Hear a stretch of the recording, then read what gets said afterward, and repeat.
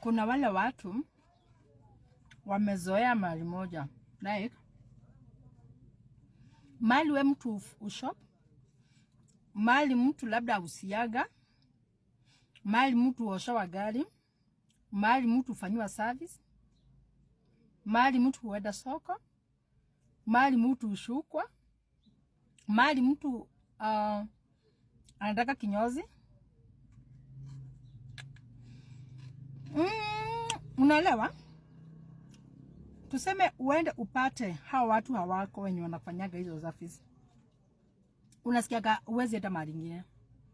Afadhali ugoje hata kama amedosha go mpaka arudi. Ndio sasa utashukwa.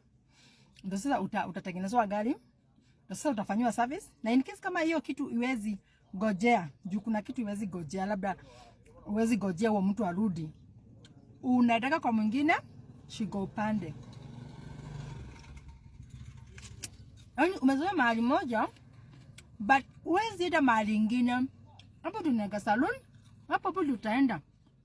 Kama ni soko, kama ni duka fulani, umezoea. Kuna watu aina hiyo.